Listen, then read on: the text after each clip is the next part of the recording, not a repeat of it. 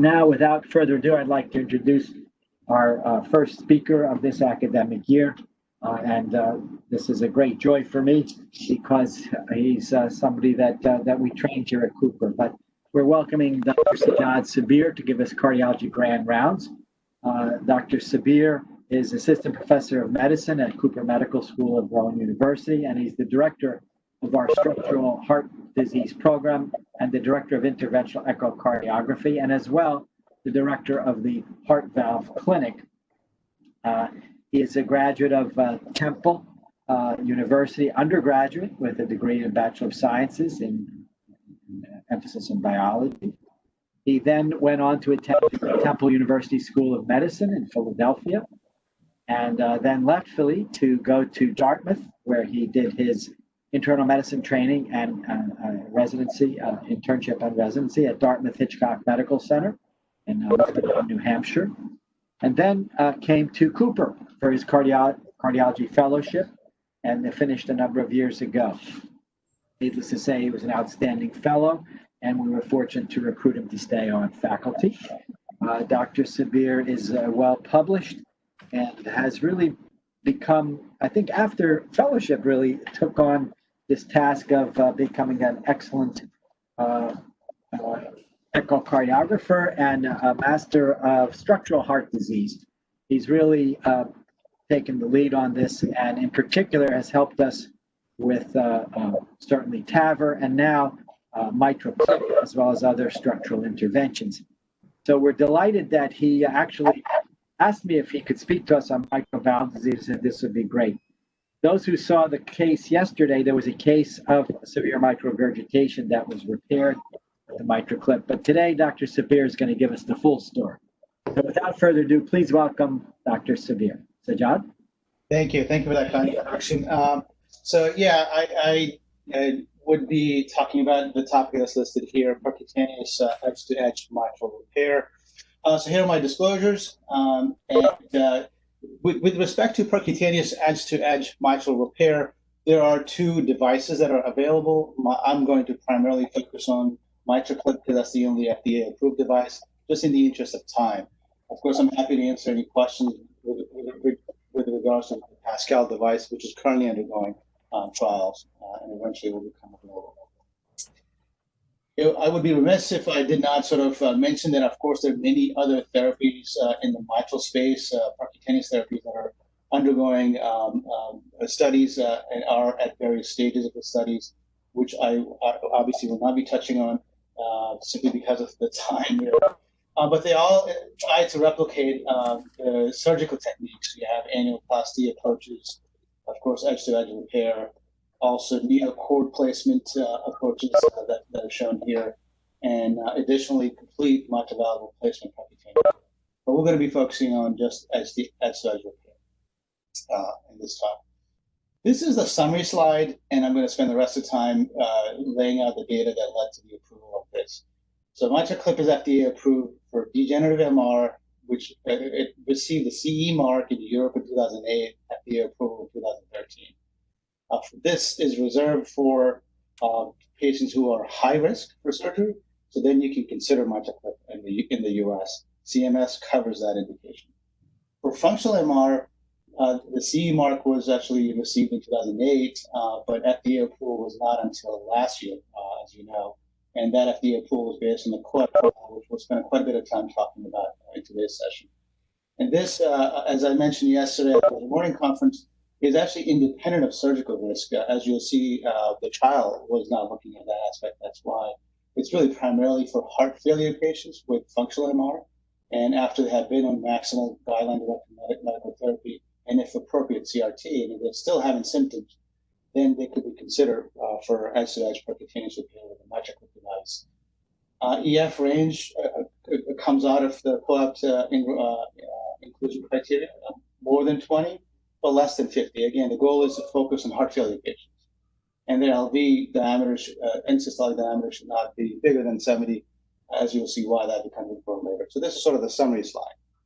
Now we'll build a case why that is the recommendation, and if there are patients who might fall outside of that range, could they still be considered for this? So as you know, mitral valve disease is very common. Its incidence increases with age, and mitral regurg particularly is one of the more common valve disease. And as also you know, interesting enough, aortic valve interventions are in greater numbers than mitral. So there's a huge disease burden that is unaddressed right now. And we have good treatment options, including medical as well as surgical. But for reasons that are not fully clear, a lot of us, unfortunately, do not refer these mitral patients to valve centers.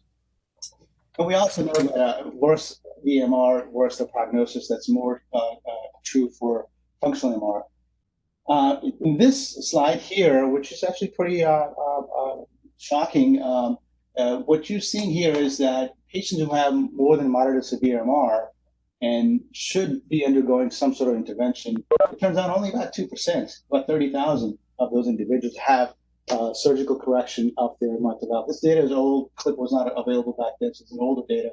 But these percentages might be different, but still it's a pretty small percentage of patients who have significant MR are actually referred to a site where they could have that taken care of. And if you try to estimate what percentage of these folks, the 98% who do not undergo intervention, could have been appropriate for surgical interventions, probably about 50% of them.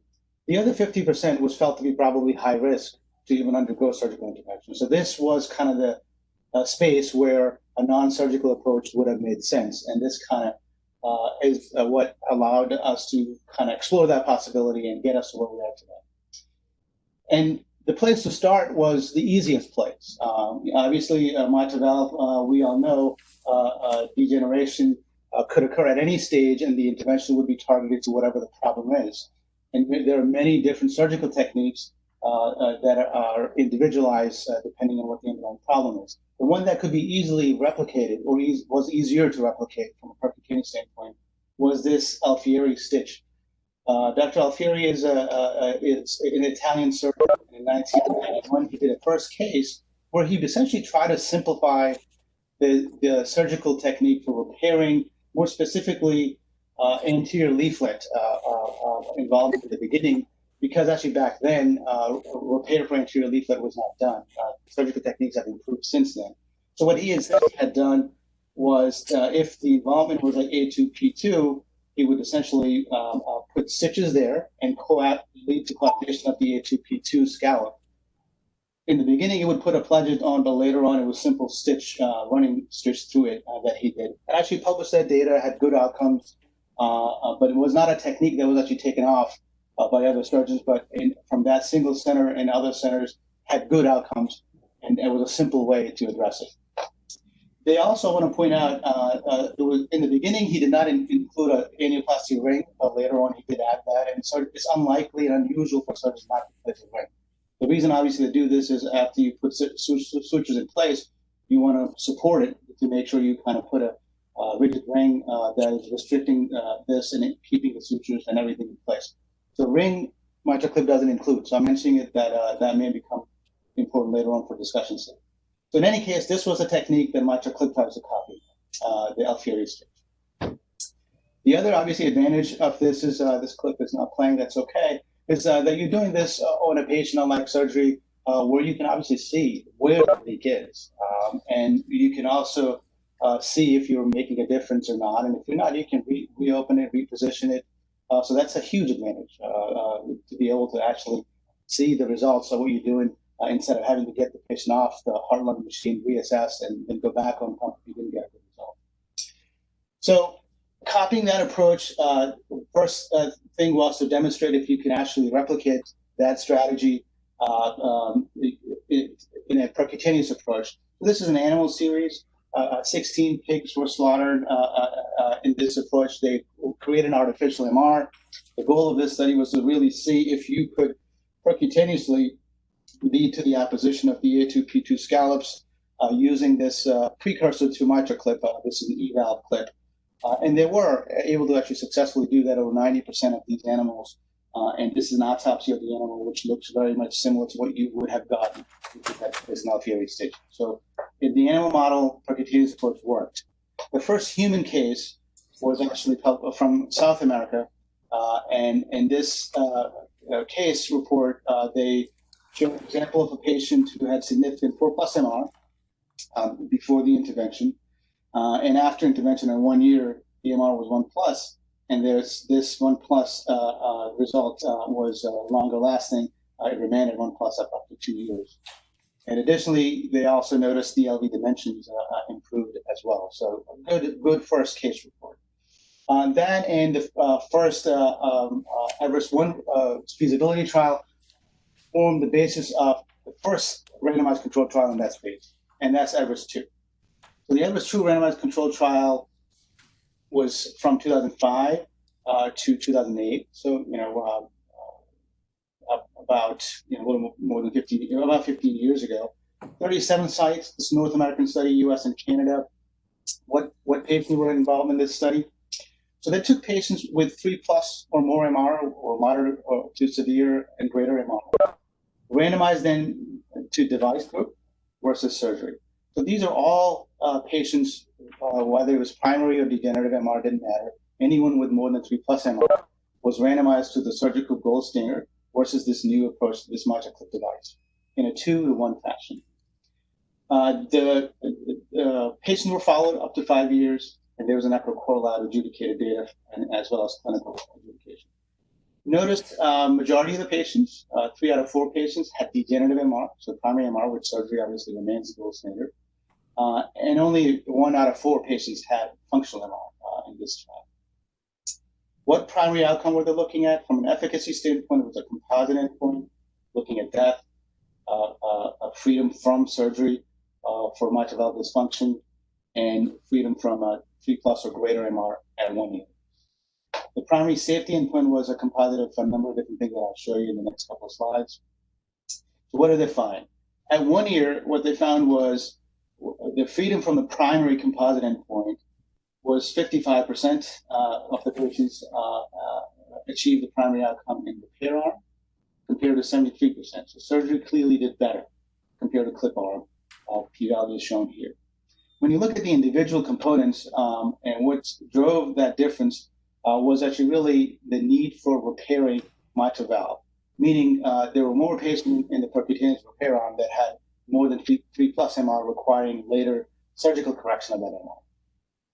And that was sort of the main driver of that difference. No difference in death, no difference in the 3+ MR after you've achieved that result at the index hospitalization. What about, even though the MR reduction was better in the surgical arm compared to the percutaneous arm, as shown here, if you look at 3+ and greater MR, there were about 20%, 18% of the patients in the clip arm that had more than 3+ MR at 1 year. So that's not good, because that's quite a lot of MR in 1 year, so about 20%. In the surgical arm, it was 3% of the patients had more than 3+ MR. But even with that, when you look at clinical outcomes, particularly hospital readmission, the placement of a clip made a big difference. This is basically annual rate of hospitalization per patient year. There was essentially a reduction in hospitalization, whether it's functional or degenerative, with the placement of the clip, even though there were more patients who had 3+ and more MR. Still with that, you saw clinical improvement. What about safety standpoint? Safety standpoint, perhaps not surprisingly, device did actually far greater, 9.6% composite complications compared to the surgical group. But most of this was driven by blood transfusions. The surgical arm had a greater blood transfusions. But it is also important to point out there was no death in the device arm. It's a very safe procedure. And there were no strokes or reoperation needed for the device arm. And that remains the case today. It's an incredibly safe procedure. So the summary of this so far is that although percutaneous repair was less effective at reducing mitral regurgitation than conventional surgery, the procedure overall was very safe and led to clinical improvement in patient symptoms, as shown up. If you do sort of post-hoc analysis, this is not a prospectively defined groups. In a post-hoc sort of exploratory analysis to look to see if there are subgroups of patients who may have benefited from a clip intervention versus surgery, what you find is there are three groups that seem to age over 70, functional MR, and if EF is less than 60. Surgery versus percutaneous repair. All of these, the confidence intervals fell over the line of equipoise. So did not seem to be any difference between surgery versus percutaneous repair if you were over the age of 70, if you had functional MR, or if you have LV dysfunction. So perhaps these patients would do equally well if they underwent percutaneous therapy. Again, this is not what the study was designed to look at, but this is a post-hoc analysis. So just kind of focusing on this age over 70, around that time, there was, and you can translate this to meaning higher risk, perhaps with older age. There was a high risk arm that IRIS-2 had after this. This was not a randomized group. This high risk arm compared the results in the high risk individuals to a comparator. These are primarily patients who were screened for enrollment in the trial, but were ruled out based on anatomy and other reasons, but it happened to have high risk features. So they were compared, this was a comparator arm as a result. So you can see high risk percutaneous intervention patients did better from a mortality standpoint compared if you did nothing to those individuals, suggesting that perhaps high risk patients would do well with percutaneous interventions.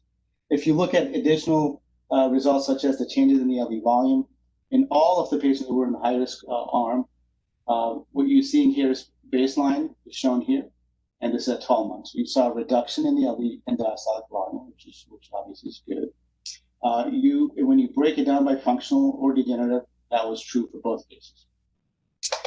What about functional MR and low EF? There was no study that was started based on that, based on that at that point. But the COAPT essentially is trying to address that issue, and I'll come to that in a little bit. Based on these initial results and some of the others that I'm not showing you here, what you started seeing was in real life, there was already a shift in the direction of using MitraClip for high-risk patients with functional MR. The IRIS-2 results I just showed you, 73% of the patients had degenerative MR, and only 27% had functional MR. In the registry, which was the sites that were part of the trial, after the trial enrollment completed, they could still enroll up to a certain number of patients. You already started seeing a shift towards using the clip and functional MR, and at the bottom is the high-risk patients. So green is patients who were standard risk. So obviously at risk was everybody. So 90% of the patients were standard risk, only 10% high risk and at risk. But in the registry and later in commercial use, we start seeing a shift towards functional MR and high-risk patients because of the results that I showed you earlier. So we clearly needed to answer the question, well, what about high-risk surgical patients with functional MR? Would clip therapy be as good as surgical intervention, or in this case, they decided to use standard of care, which is medical therapy? That's how COAPT started, actually. COAPT initial enrollment was, and this is when we became part of it too, clinical outcome assessment of MitraClip percutaneous therapy for high surgical risk. Significant MR 3+ or greater. They were high risk for mitral valve surgery, and they were randomized to clip versus control medical therapy if they have the right anatomic criteria. However, it actually evolved over time, fortunately, to what it is today. Even though this COAPT name didn't change, but it stands for now has changed. So it went from clinical outcomes in high surgical risk to cardiovascular outcomes assessment of MitraClip percutaneous therapy for heart failure patients with functional MR. That's what COAPT ended up being over time. And that's good because of the results that you will see later. But before I come back to COAPT, let me also show you the 5-year data of IRIS. So we talked about 1-year data where the clip did not do as well when it comes to the composite outcome, including residual MR compared to surgery. But what about up to 5 years? How did that look? Again, the composite income, death, surgery, or reoperation, surgery clearly did better. Not surprising because in the beginning there was separation. But what if we do a landmark analysis? If you look at the curves here, you can clearly see that in the device arm, there was a reduction in the beginning because of that residual MR that I told you about. 18% of the patients had residual MR and they needed surgical correction. If you exclude those patients and look at the ones who had a good MR reduction with a clip, because we're really interested in seeing, is the result durable? Was it just something that worked in the beginning, but is it durable or not? And what you find is this: the two curves overlap. So after 6 months, there's no difference between clip versus surgical intervention. This is average data in a very early experience where we were less confident in terms of using more than one clip to address the degree of MR. So there was no difference if you take out the initial outcome at 5 years between device versus surgery. What about freedom from mitral valve surgery or reoperation? Again, that was all in the beginning, as shown here. There was no need for repeat surgery after the first 6 months. None of the patients were, there was no difference in terms of the patient who needed surgery if they were in the clip arm or surgical arm. So no difference there either. So basically meaning there's a durable reduction in the degree of mitral regurgitation with the clip use, if it's achieved. What about how patients feel? Symptom-wise, again, a baseline between device and surgery. If you just focus on 3 and 4 NYHA classification, again, you notice no difference over time, either 12 and 5 years.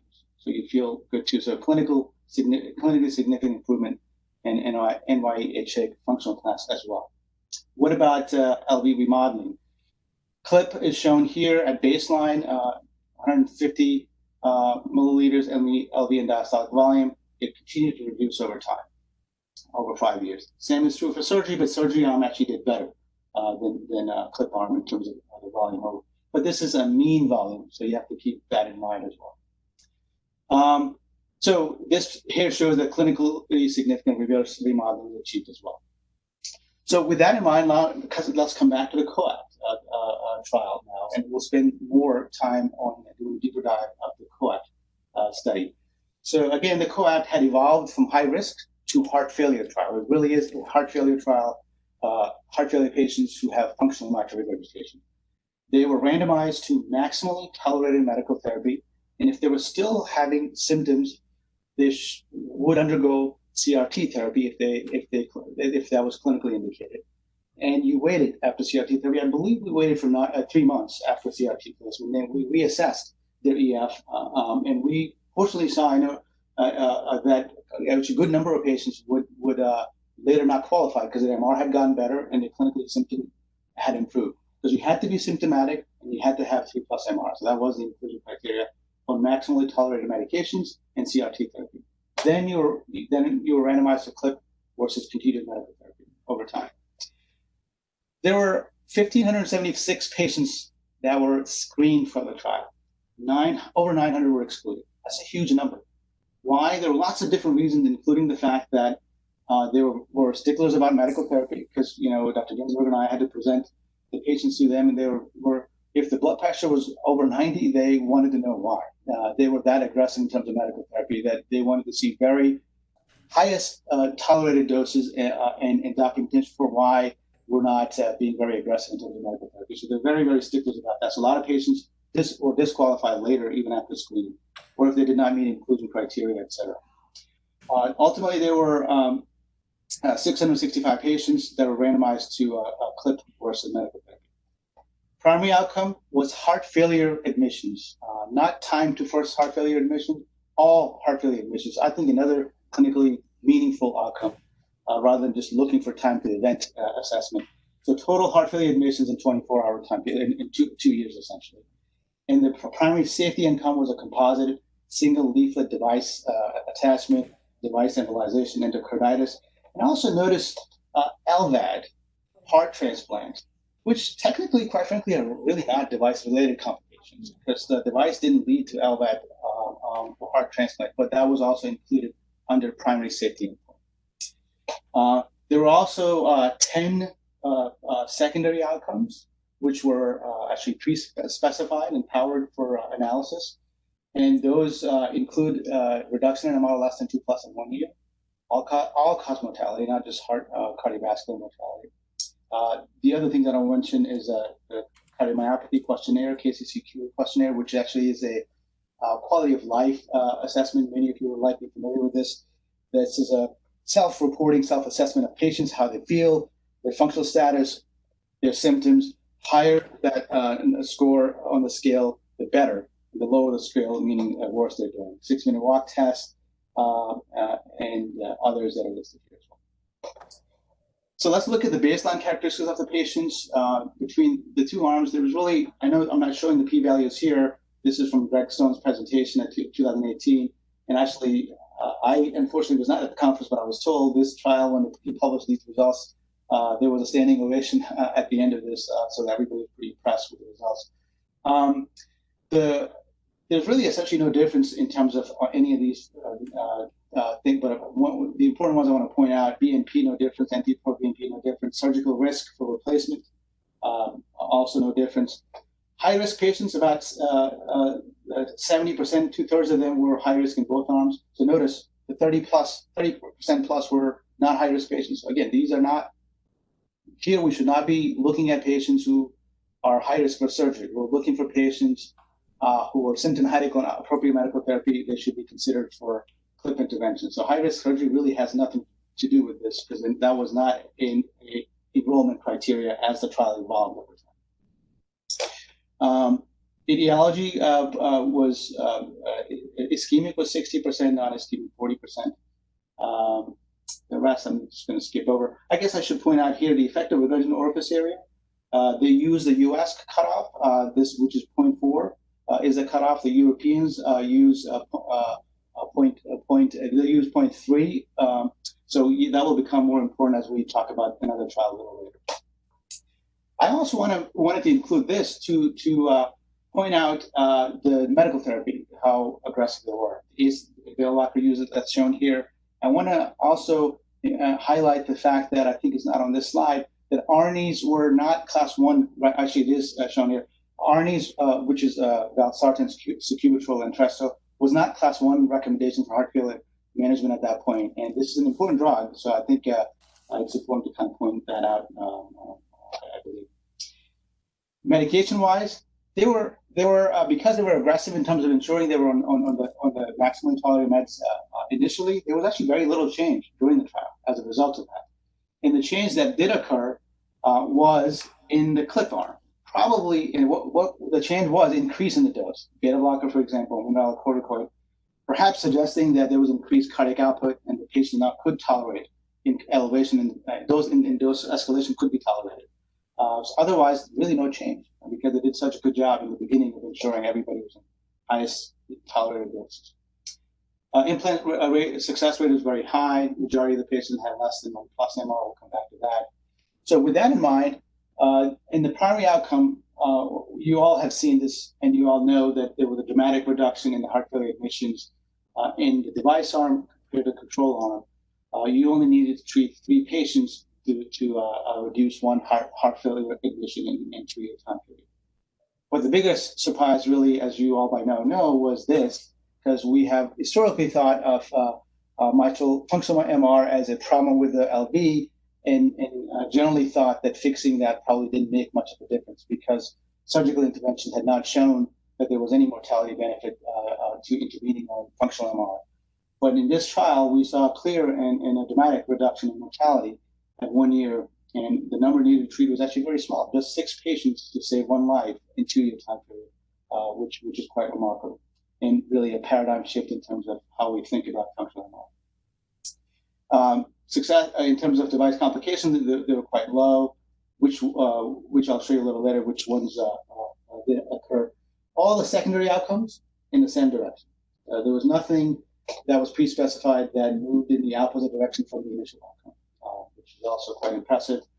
LV volume diameter reductions in the device arm. This is baseline, so this is the light blue here is got medication only, essentially this one. Over time in medical therapy arm only, you did see increase in the other dimensions, unfortunately.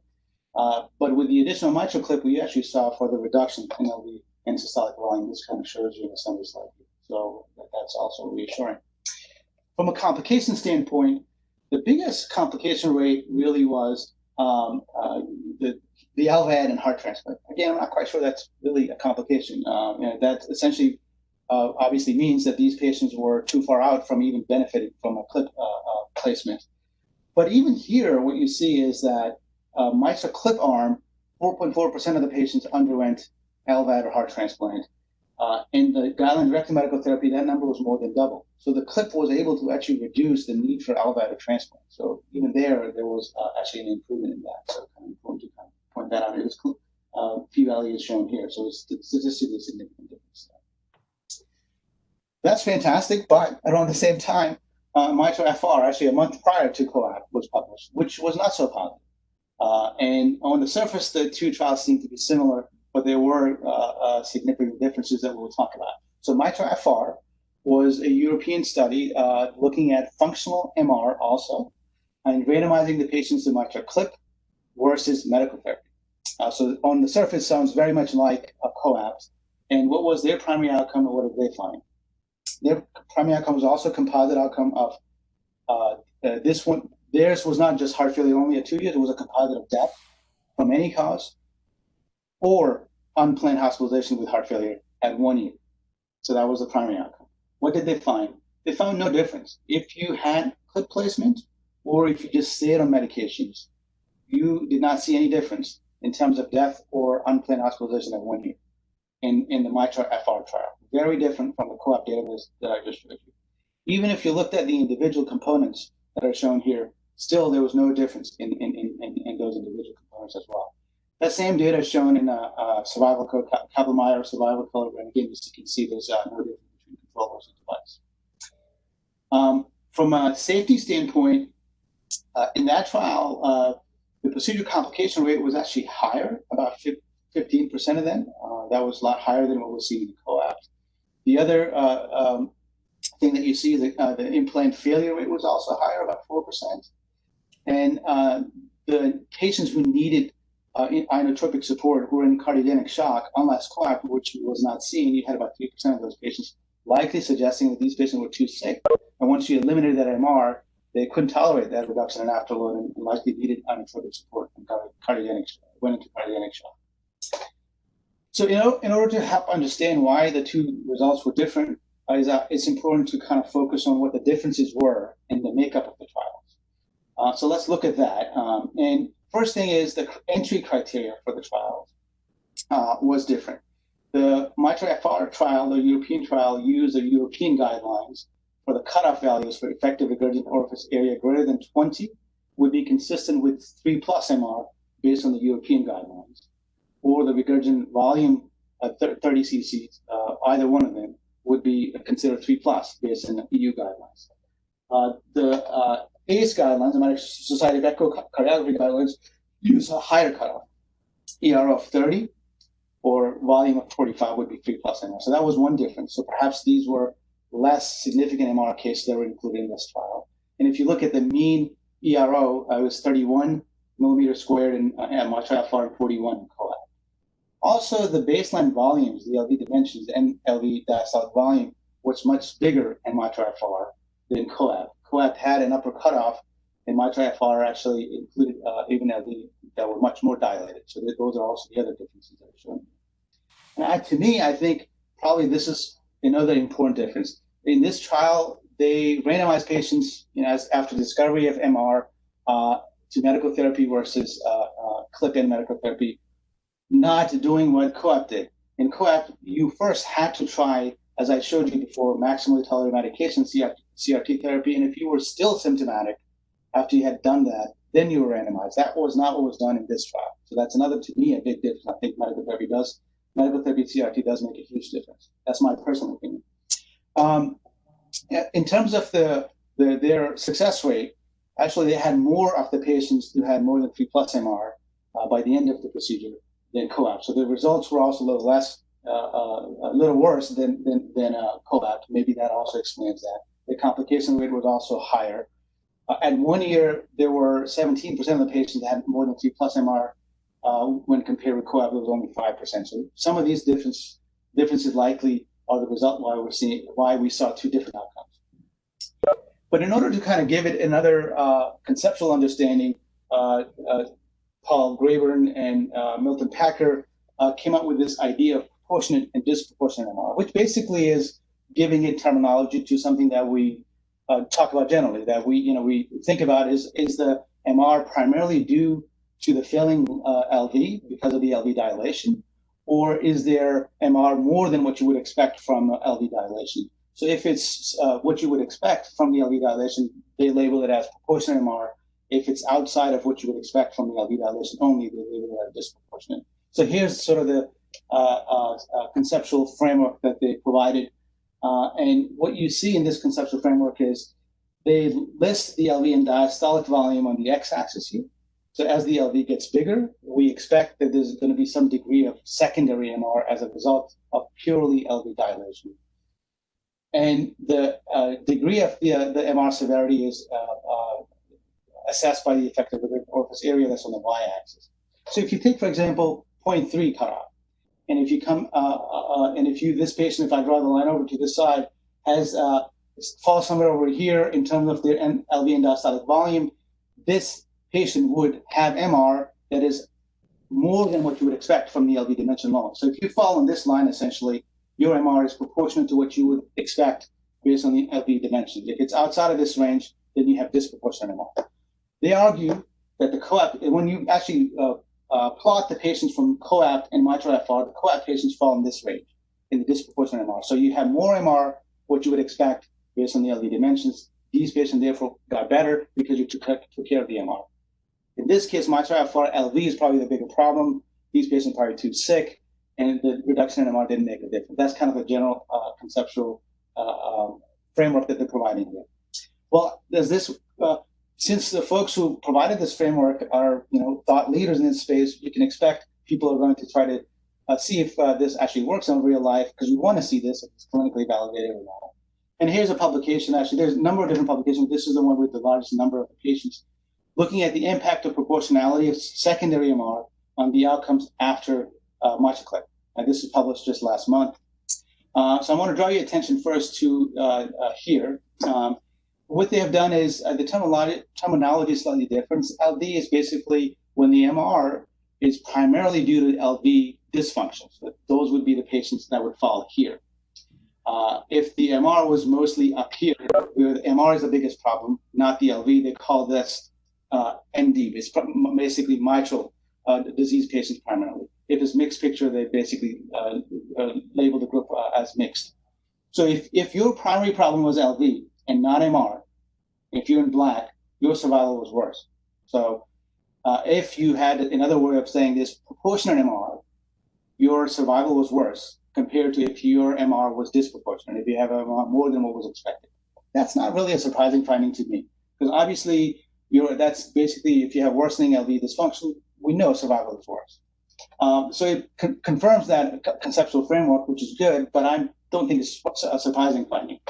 What is interesting to see is if you come over to this side, if you underwent clip placement, even if you were in this category where your LV was thought to be the reason, LV dilation was thought to be the reason for your MR, if you underwent successful clip placement, actually you still felt better. So of course, mortality improvement, we definitely want to see that. We also want to make patients feel better. So just because you don't have proportionate MR, disproportionate MR, it doesn't necessarily mean that you cannot still feel better from having interventions. I do want to point that out. So so that was probably driven by this busy slide down here that shows that the overall MR reduction in all of these three groups was quite good. So this is why you probably saw this benefit here. Summary of this slide: yes, if you have proportionate MR, your overall survival is not good. But if you undergo clip arm and you have a good result, you can still feel better. Here's another paper related to that same concept that actually the primary author is Dr. Graber himself. And this was published just 2 weeks ago. So he's looking at predictors of clinical response to transcatheter therapy. And what do they find? First of all, let me kind of draw your attention up to here, this pie graph. So what they did is they divided the groups into 3 groups. They call them super responders, which is here in light blue, responders, and non-responders to therapy. Who are the super responders? They define these individuals as those who are alive and had no heart failure admission in 1 year, and their KCCQ score improved by more than 20 points, 20 points, excuse me. The responders only were alive in 1 year, no heart failure admission, and their KCCQ proved less than 20. And if you were dead or had heart failure admission or no good response, those were considered non-responders. First thing to point out here, obviously, majority of the responders, super responders were in the clip arm. But even in medical therapy alone, really important to point this out, you still saw significant improvement over time. So over time, there seems to be an improvement with medical therapy arm, so that's an important thing to keep in mind.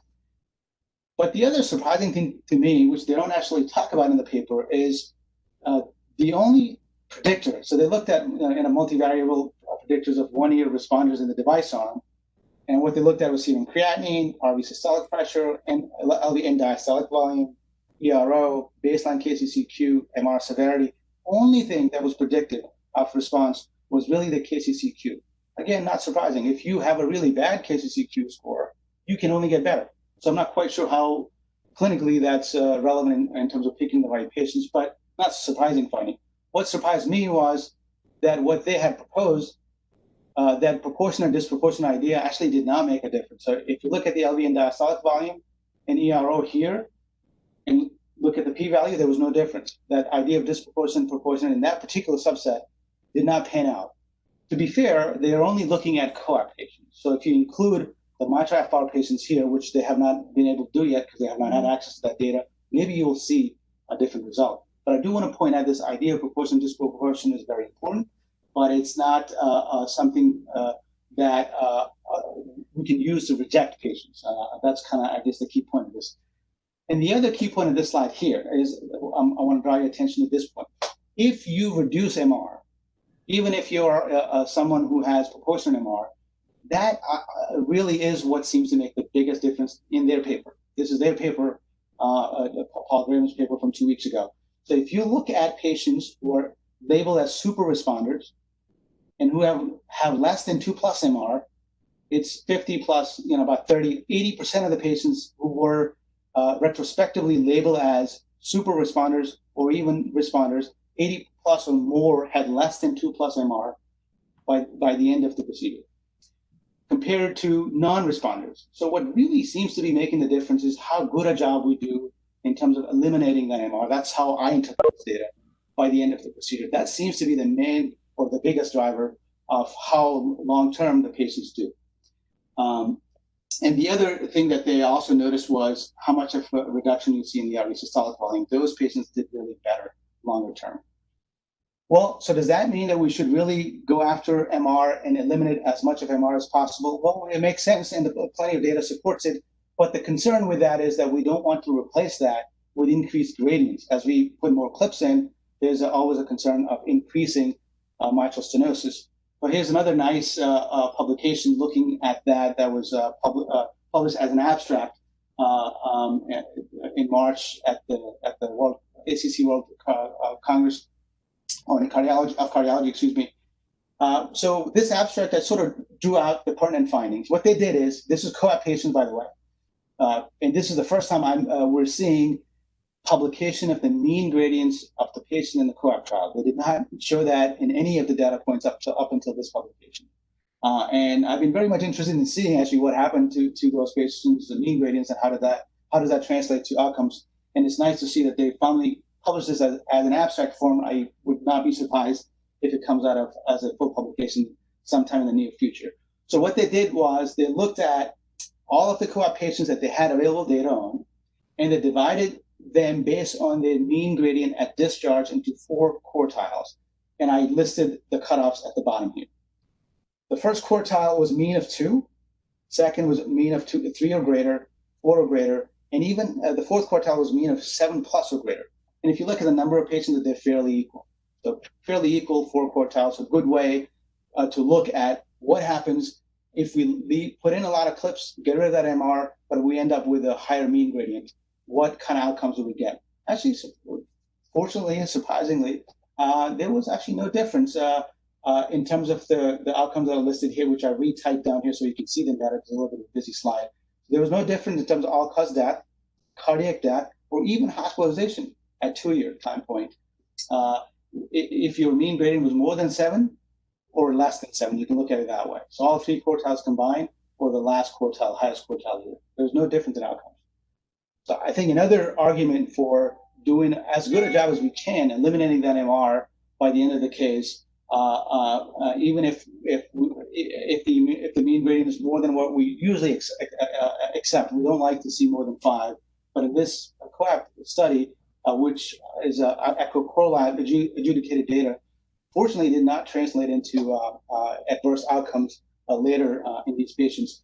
Now I want to point out this is functional MR.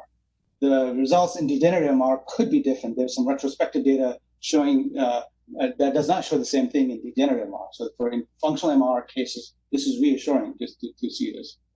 So in summary, coming back to that first slide, the mitral clip for functional MR cases is really most appropriate in patients who have heart failure and functional MR as a result of that.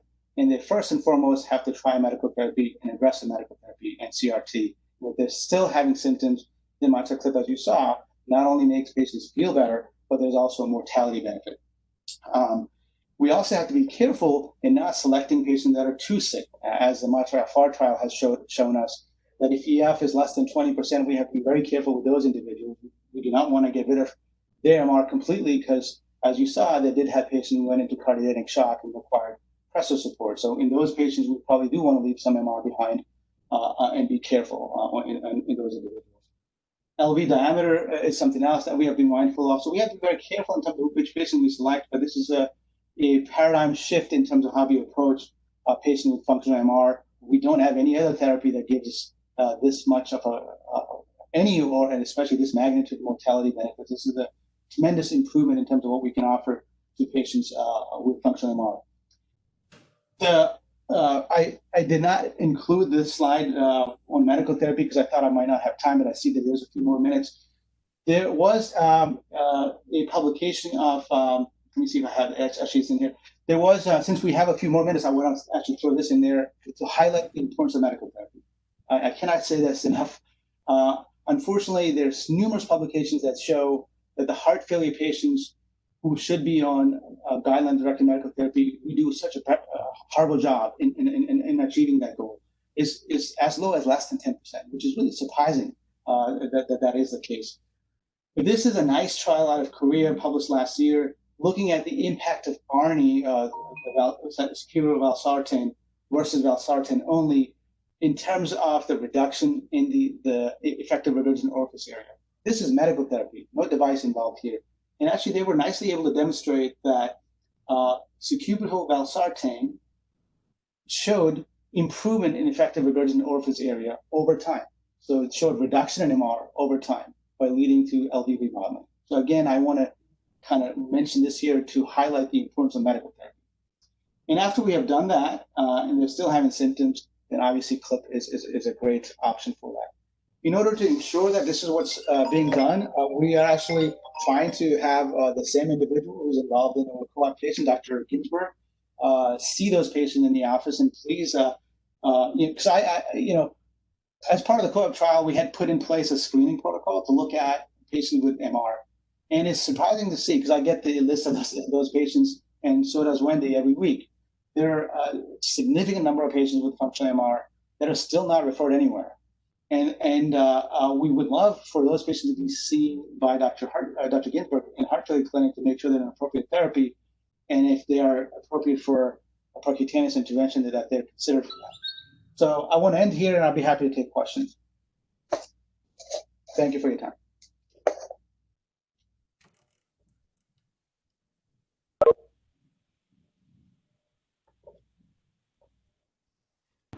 I was on mute, so thank you, Dr. Sabir. That was outstanding. I do have one quick question, and we'll open up to the group. The question I have is, I'm struggling with the proportionate and disproportionate MR.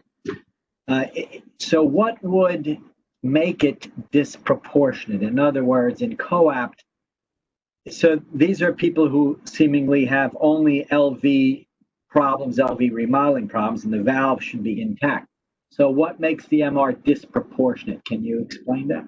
Yeah, that's a good question. So the idea here is that if you were to plot the LV end systolic volume and effective regurgitant orifice area. It's basically based on the mathematical formula from Gorling's equation, really primarily. You would expect to see a change in effective regurgitant orifice area that would be proportionate to the LV and diastolic volume.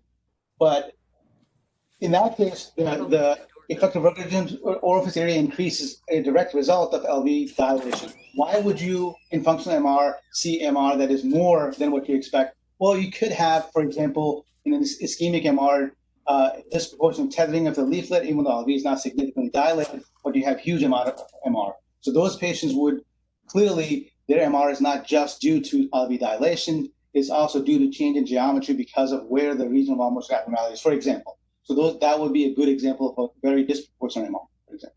Right. Yeah. No, I understand that's helpful. So we're really separating the populations. It's not. It's a different population, basically. They have a different reason for their MR. And then just a quick follow-up question to that. Could part of the problem be that we wait too long to deploy the microclip or do it? In other words, these patients are sicker, the volumes are bigger, and the outcomes, they still benefit a little bit, but would they benefit more if we got to those patients before the end systolic volume or end diastolic volume was at a certain level? Is that part of the problem that we wait too long? I completely agree. There's no question about that we wait too long. Obviously, prior to the availability of CLIP, we didn't unfortunately have any other option but to provide the medical therapy. And that same mindset is still sort of in effect, because obviously it does take us a while for us to adopt new technology, and that still is a problem. We definitely wait too long. Because if their EF is less than 20%, and then we try to do something about it, they may not do really well. And I think at this point, now that we have an excellent therapy, we should not be waiting on these patients. There really, honestly, is no good reason to wait on them now. Of course, in the past, we didn't have that option. You're 100% correct that we do wait on those patients way too long. Thank you. Yeah. Any other questions out there? Don't forget to unmute if you want to ask a question. Hi, Perry and Sajjad and the group, Rick Ginsburg. I was sorry that on remote nobody can applaud after the is over. I was applauding. or the speaker can't hear the applause. Yeah. So I wanted to congratulate Dr. Sabir on a great review of a complicated topic. And just to add to what you're just saying, that for years we knew that people with severe heart failure and severe MR did worse than people who had severe heart failure and did not have secondary MR. And it was puzzling to us that the surgical outcomes were not indicative of any improvement in those patients. So that made us scratch our heads. Was it our conception that the MR was just secondary and fixing it still didn't fix the LV problem? Or was it something about the surgical therapy that was not effective? And I think COAP gave us the answer that it's something about the upfront cost of surgery that does not allow us to see improvement in fixing the MR.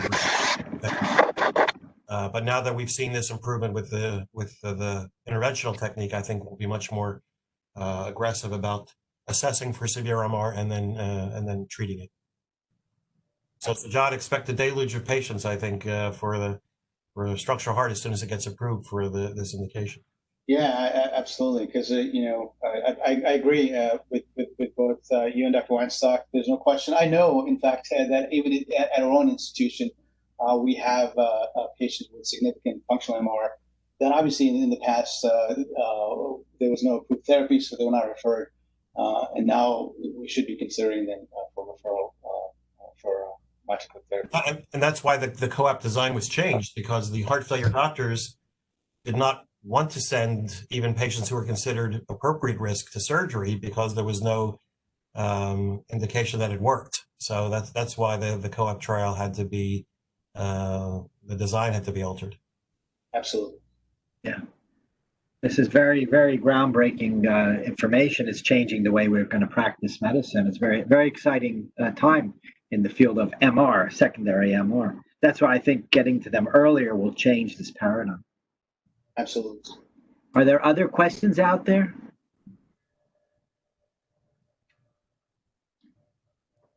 There may be. While somebody's thinking about a question, I want to second what Dr. Ginsberg said, of course, and thank you. This is very complicated and very timely. We saw from the case yesterday. So we've got to get better at this and understand it better. And certainly being on the forefront of this gives us an advantage for our patients. We know about this before many hospitals have gotten this far. And it's pretty exciting. It's a tribute to a lot of people, but certainly we want to thank you and congratulate you and the whole team for making this possible at Cooper. I heard a little click on there. Anybody else have a question? I just wanted to also congratulate the people that actually put the clip on. Dr. Aji, Dr. Kadisi, I think are very, very skillful, and they're very obviously of utmost importance to the team. Absolutely. Actually, because we're part of the co-op trial, we had intentionally decided not to bring commercial clip to Cooper, the mitral clip device, though we had relations with other institutions to make sure patients got taken care of. So we would send them out to specific institutions. And ever since the adoption of the mitral clip on a commercial basis, which was last year, Dr. Kadisi and Dr. Aji have been the busiest in the region. And they have, unfortunately, they've gotten excellent results on commercial cases that we've been doing. So I definitely want to congratulate the entire team on that. And people have taken notice of that as well. So. Yeah, no, it's a great team, the entire group. Of course, you and Dr. Aj and Dr. Kadisi, Wendy Shell, many others. Wendy also seconded the fact that, that everybody's a part of the team, and the echocardiographers deserve a shout out. So I don't want to leave anybody out. We want to thank everybody who's involved. It's a team sport. No It's team sport. Yeah, which is what we're learning about many things in medicine.